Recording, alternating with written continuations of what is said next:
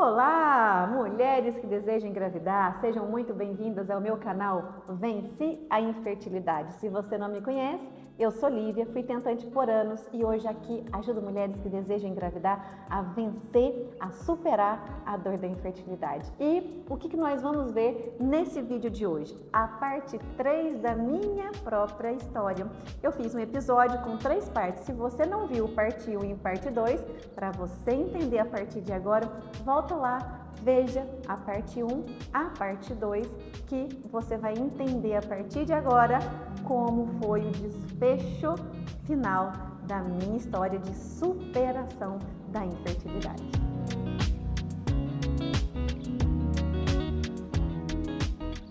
Então, na parte 2, eu comentei como foi a descoberta da minha primeira gestação. Eu achava que naquele momento o milagre era completo, porque para quem não podia engravidar, para quem tinha 0% de chance de gestação espontânea, e eu já engravidei do primeiro com 38 anos, eu achava que para mim, o Pedro, o meu primeiro filho, seria o único e para mim já estava maravilhoso. Eu venci a infertilidade e já tinha meu filho no colo, não é?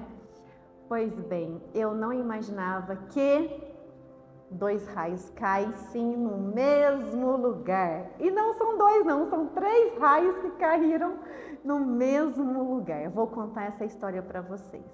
Com 41 anos, vejam bem, eu tive Pedro com 38, com 41 anos, eu estava lá sentindo que a minha calça jeans estava um pouco apertada, né? O meu fluxo, como eu tive um diagnóstico de menopausa precoce, já estava totalmente irregular, né? Tinha mês que não vinha menstruação, mas para mim já não fazia mais importância, porque eu já tinha o meu primeiro menino, estava muito feliz com a chegada do Pedro, me sentindo super realizada, então nem me atentei nos meus ciclos menstruais. E quando começou a calça a apertar, eu sentia muito sono, muito sono. Meu marido e minhas cunhadas falam que se eu for para um barzinho ou para algum lugar e eu sentar e deitar na mesa, ou melhor, ficar com sono e eu ficar assim, ó, pode saber que a Lívia está grávida. E eu, curiosamente, saí numa sexta-feira à noite, um barzinho com música ao vivo e tal, e eu, gente, encostei na cadeira e falei, nossa, eu tô com muito sono, preciso ir embora. Aí eles me olharam meio assim, sabe? Eu falei, não, imagina, que é isso? Mas vocês acham que 2 raios caem no mesmo lugar? E ainda brinquei com eles a respeito disso. Meu Deus, mal sabia eu que caíam 3, que caem 3 no mesmo lugar, meninos. Pois bem, e aí, quando teve essa calça muito justa, essa vontade de sono, eu falei, vou fazer por desencargo um teste, né? Nossa, mas totalmente desnecessário, porque 41 anos na minha condição, loucura. Loucura saber que eu estaria grávida, imagina, né? Não tinha jeito, o milagre já tinha acontecido comigo. Muito bem, quando eu faço o teste, meninas, eu estava grávida. Eu parei, eu me paralisei e eu falei para o meu marido, meu Deus, não acredito, não é possível que isso está acontecendo. Meu Deus do céu, que coisa é essa? Sabe aquela sensação de euforia, de medo também, 41 anos, né? A gente da área da saúde sabe um pouquinho. Eu falei, meu pai de Deus, 41 anos grávida. E eu naquela época estava voltando a trabalhar com gás total, porque na maternidade é assim, pelo menos aconteceu comigo. Quando eu engravidei, tive o filho, aí a gente decai um pouquinho na nossa produção, que é natural, né? E eu demorei 2 anos para voltar com força total, né? Nas minhas atividades profissionais. Então eu estava em ascensão novamente profissionalmente. E eu falei, não é possível, como assim que eu tô grávida, não tem jeito? E tarará, eu estava grávida. Mas, olha que detalhe super bacana. Fui fazer ultrassom. E no ultrassom, eu sou radiologista, para vocês entenderem também o que eu vou falar agora. Quando o meu ultrassonografista, né, Dr. Luiz, que eu amo, infelizmente ele já se foi, mas ele bateu o sensor na minha barriga, eu olhei na tela, gente, eu vi 2 2 casinhas, 2 sacos gestacionais. Eu falei, doutor Luiz, são gêmeos? Ele falou, Lívia, são gêmeos. Gente, ali eu zerei a minha vida. Ali eu entrei num túnel preto, sabe? Um túnel preto, eu falei, gente, 41 anos, o que é isso? Para quem não podia engravidar? Como assim? O meu marido estava na sala e ele parecia que estava ganhando a Copa do Mundo. E ele gritava, batia, sabe, exaltado, e falava, nossa, não é possível. E o sonho dele era ter gêmeos, uma vez era um sonho dele. Só que depois da nossa condição, ele falou, imagina, né, gêmeos com a gente, não tem jeito e tal. E ele falava, eu consegui, é gêmeos, eu estou muito feliz. E eu, sabe, na maca, no túnel preto, imóvel, sem falar, não entendendo muita coisa que estava acontecendo, vendo aqueles 2 saquinhos gestacionais maravilhosos, e eu falei, e agora? Eu entrei em choque, verdadeiramente eu entrei em choque. Eu sabia que muita coisa podia acontecer a partir dali. E aí, quando eles perceberam que eu estava muda, calada, eles falaram, Lívia, você está bem? Eu não respondia. Lívia, você está bem? Não, eu não respondia, eu não tinha força. E aí, quando terminou o exame, o Dr. Luiz falou, Lívia, pode levantar, tá tudo bem com as crianças. Eu não tinha força para levantar. Eu ainda estava no túnel preto.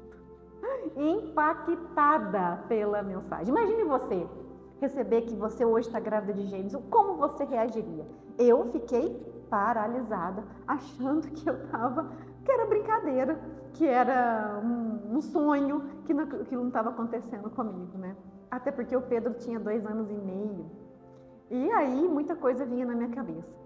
Bom, enfim, eles me levantaram, eu ainda não acreditava, o Rafael muito feliz, muito exaltado, muito contente, o Dr. Luiz também, falando, Lívia, como isso, tua história de milagres, como pode acontecer uma coisa dessa, a tua história precisa ser replicada, a sua história merece um livro, olha só, sua história merece um livro, eu nunca vi nada igual, eu nunca vi nem parecido com a tua história, você precisa falar sobre isso, você precisa ajudar outras mulheres, que o Dr. Luiz falava.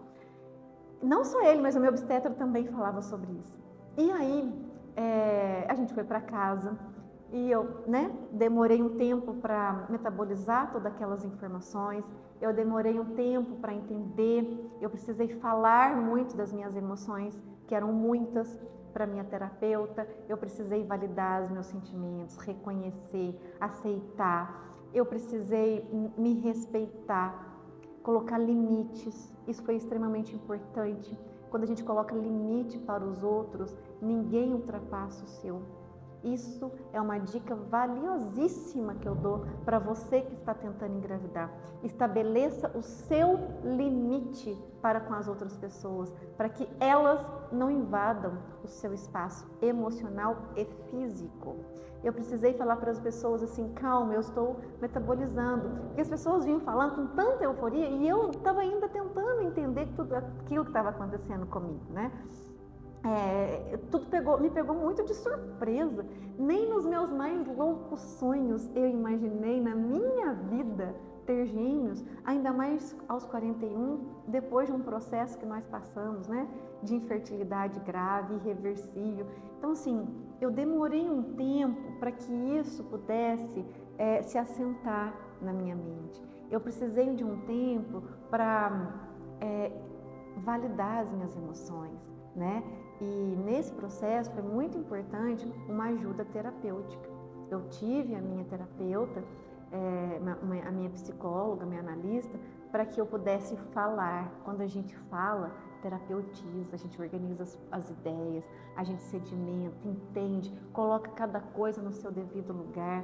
E eu demorei esse tempo. E eu não tenho problema nenhum de falar dessas minhas condições, porque faz parte do processo. Né? Todo mundo que fala assim, foi só um susto. Não foi um susto. Foi um processo que eu precisei passar. E tá tudo bem falar sobre isso. E tá tudo bem expor sobre isso. Eu me sinto muito confortável para falar das minhas emoções, né? Porque eu aprendi que as minhas emoções, todas elas merecem respeito. Todas elas merecem validação por mim mesma. Todas elas merecem tempo de sedimentação. Sabe o que significa? Autocuidado. como tem sido o seu autocuidado com as suas emoções. Vale a pena pensar sobre isso. Podemos fazer um vídeo sobre isso em outro momento. Pois bem, gestação indo muito bem, eu super bem, né? Ligo para o meu médico em São Paulo e falo, olha, lembra de mim? Estou grávida de gêmeos. Ele falou, não, Lívia, não pode. Não pode. Não é possível que você está grávida de gêmeos. Você voltou ao tratamento? Eu falei, não, de jeito nenhum. Eu estava muito feliz já com o Pedro. Ele falou, Lívia, a sua história merece um livro. Não tem como entender, né, pela medicina tudo o que aconteceu com você. E ele falava, vale um milagre aí, ou mais que um milagre, ser relatado na sua vida. Bom, e aí o que aconteceu? Depois disso tudo, a gestação foi acontecendo, eu fui assimilando, ficando feliz, integrativa e tudo indo muito bem. Na 23ª semana de gestação, quando eu fui fazer o morfológico do 2º trimestre, algo se transformou. Ali a gente diagnosticou que o Joaquim, né, e era um casal, no caso, o Joaquim e a Helena, que hoje tem 2 anos e meio, o Joaquim não cresceu. Ele estava em restrição grave de crescimento, num percentil abaixo de 3%. Vocês que são da área da saúde vão entender, e aquelas que não são, isso significa que o Joaquim não cresceu praticamente nada. E que detalhe, ele podia morrer a qualquer momento na minha barriga. Só que eu tinha Helena também, né? Imaginem vocês o peso emocional dessa gestação, sabendo que nada no mundo poderia identificar o que naquele momento o Joaquim tinha. Todos os exames não davam para identificar o que o Joaquim tinha naquele momento. E nenhum exame me garantia se o Joaquim iria viver, sobreviver. A gestação teve que ser acompanhada semanalmente por uma grande equipe. Eu fazia ultrassom toda semana para ver se o Joaquim continuava vivo, né? Então, imagina a carga emocional que eu passei, que eu e meu marido passamos, com todo esse diagnóstico, com toda essa condição do Joaquim. E aí, minha maior preocupação era, se o Joaquim entrasse em óbito, se ele morresse, eu teria que seguir a gestação por conta da Helena, né? E como são bivitelinos, e naquela situação o Joaquim já estava crescido, né? Ele já estava com 23 semanas, o meu corpo não reabsorveria o Joaquim. Então, ele ficaria morto dentro da minha barriga. E isso foi muito difícil para mim. Imagine você, mãe, carregar, né, toda essa carga emocional, todas essas probabilidades, não sabendo o que iria acontecer no outro dia. Então eu vigiava o Joaquim dentro de mim, né, entre aspas, 24 horas para saber se ele estava mexendo. E o danadinho era o que mais mexia. Ele estava mais baixo, ele mexia muito, graças a Deus. E toda semana eu fazia ultrassom para saber se o Joaquim tinha condições de vida ou não, né? E a nossa grande preocupação nesse momento era que, se a gente tivesse que intervir, né, a gente não garantiria a vida da Helena. Então a Helena tinha risco de vida. E se tivesse uma intervenção também mais precoce, um pouco mais para frente, com 26, 27, 28 semanas, a prematuridade era gravíssima e poderia ter sequelas irreversíveis também na Helena, né? Então imagine a minha cabeça, a cabeça do meu marido, com tudo isso que estava acontecendo, com essa imprevisibilidade, com essa situação que nos pegou assim, de pernas curtas, como a gente fala. E eu precisei ser muito forte emocionalmente, trabalhar muito meu emocional. A minha sorte é que eu já estava num processo de espiritualidade muito grande. E isso me ajudou a entender muita coisa. Isso me ajudou a fortalecer cada vez mais o meu espírito para receber e acompanhar aquela gestação de pertinho, né? Para absorver tudo aquilo. Porque eu não poderia descarregar também todas as minhas emoções sobre a Helena e sobre o Joaquim. Eu precisava ter equilíbrio emocional. E isso exige da gente uma resiliência muito grande. Então, foi um momento em que eu aprendi muito sobre o que é resiliência, o que é confiança em Deus. O que é fechar os olhos e falar, vai, me leva, que eu estou com o Senhor, né? Eu exercitei muito o meu lado espiritual, isso me ajudou demais, até porque eu já estava num processo muito profundo de transformação. Isso ajudou muito. Muito bem, seguimos a gestação e o Joaquim parou de crescer mesmo com 34 semanas. Mas isso foi muito bom. Por quê? Porque com 34 semanas, a prematuridade extrema já tinha passado. Então, os maiores riscos para a Helena, especialmente, já tinham ido embora, né? E eu falava para o Joaquim, meu filho, aguenta firme, meu filho. Agarra na mão da sua irmãzinha aí do lado. Vamos firmes, mamãe está aqui fazendo de tudo para você crescer. O mínimo, mas tudo bem, o mínimo. Mas vamos chegar mais próximo da reta final para você nascer melhor, para a Helena nascer melhor, para sua irmãzinha também estar junto com você. E que coisa, ele chegou até onde ele podia com 34 semanas, quando a Helena já não tinha tantos riscos assim, nem ele também, né? E ele chegou num sábado, né? Meu obstetra falou, na sexta-feira, não dá mais, Joaquim entrou em sofrimento, amanhã cesárea marcada com urgência. Beleza. Quando o Joaquim nasceu, a gente já estava imaginando que teria alguma coisa que justificasse essa restrição, né? Tão grave assim, que a gente não conseguiu identificar ao longo da gestação. Mas, detalhe, a gente já tinha descartado as principais síndromes, porque o Joaquim, ele tinha o osso nasal presente, a translucência nucal muito bem preservado, melhor às vezes de dimensão do que a Helena, coraçãozinho perfeito. Então, as principais síndromes que normalmente têm alterações nessas estruturas que eu falei, já tinham sido descartadas. E a síndrome de Down, ela faz parte, né, dessas principais síndromes. Então, a gente imaginou que o Joaquim teria alguma desordem metabólica, alguma coisa mais específica, assim.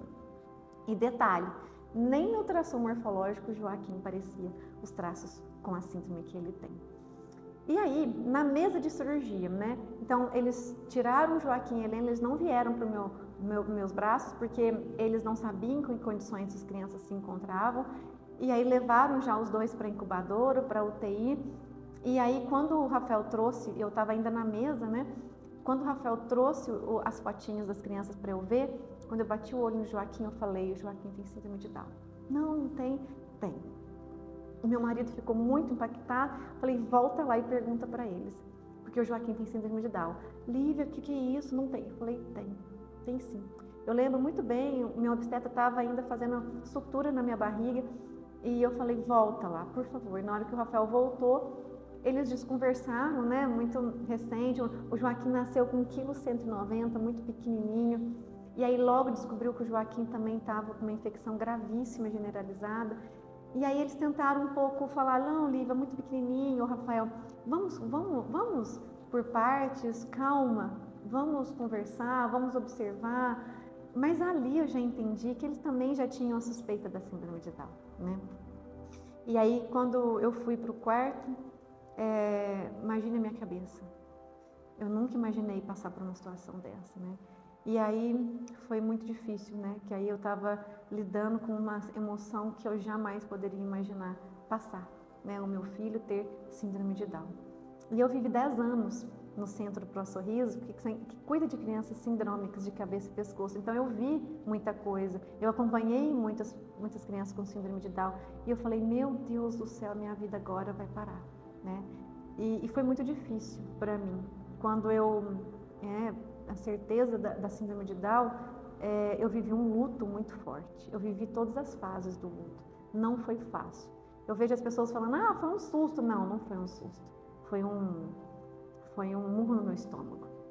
Foi muito difícil eu aceitar isso. Foram dias e dias num luto cruel. Foram meses, na verdade, passando por um luto muitíssimo difícil.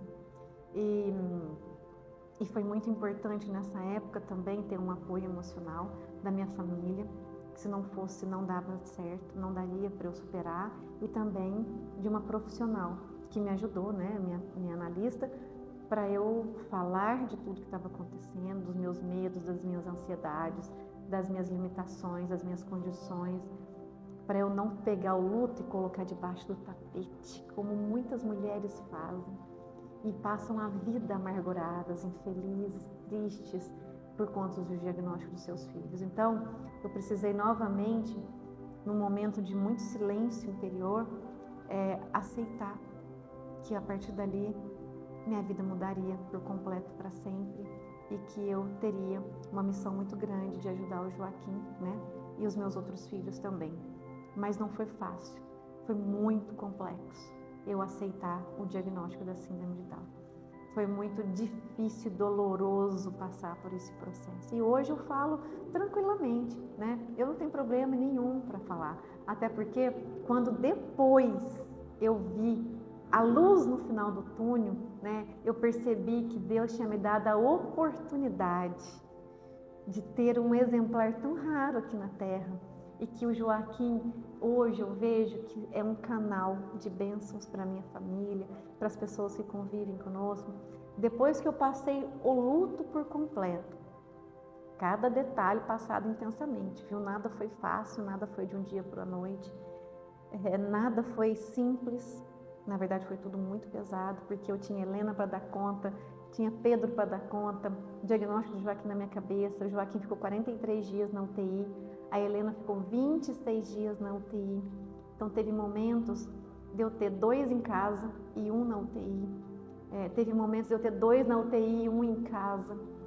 Foi muito difícil. E mais metabolizar, né, diluir o diagnóstico do Joaquim. Foi algo extraordinário, né? Mas muito revelador para mim. Quando as coisas se assentaram, quando a gente foi conhecendo o Joaquim, quando a gente foi entendendo as particularidades do Joaquim, e isso foi especialmente no primeiro ano de vida dele, né? Eu não conhecia quem era o Joaquim, o que ele precisava, o que ele tinha, aonde a gente poderia ajudá-lo, né? Foi um processo de descoberta. O primeiro ano do Joaquim foi desafiador demais, porque a gente primeiro estava entendendo quem era aquele ser. E eu também estava tentando aceitar, entender todo o processo do que a gente estava passando. Mas depois que toda a tempestade passou, depois que tudo passou na nossa vida e que eu estava bem com o diagnóstico, eu enxerguei luz no final do túnel, eu percebi o quão o Joaquim é graça. O quão esse rapazinho tão pequenininho, hoje com 2 anos e meio, mais nos ensina do que ele aprende com a gente. Vocês sabiam disso? Um dia a gente ainda vai falar muito sobre isso, né? Sobre o luto do Joaquim para essas mães atípicas. Eu tenho o maior respeito de vocês. Contem comigo sempre, porque a nossa luta é diária, mas ela é muito válida.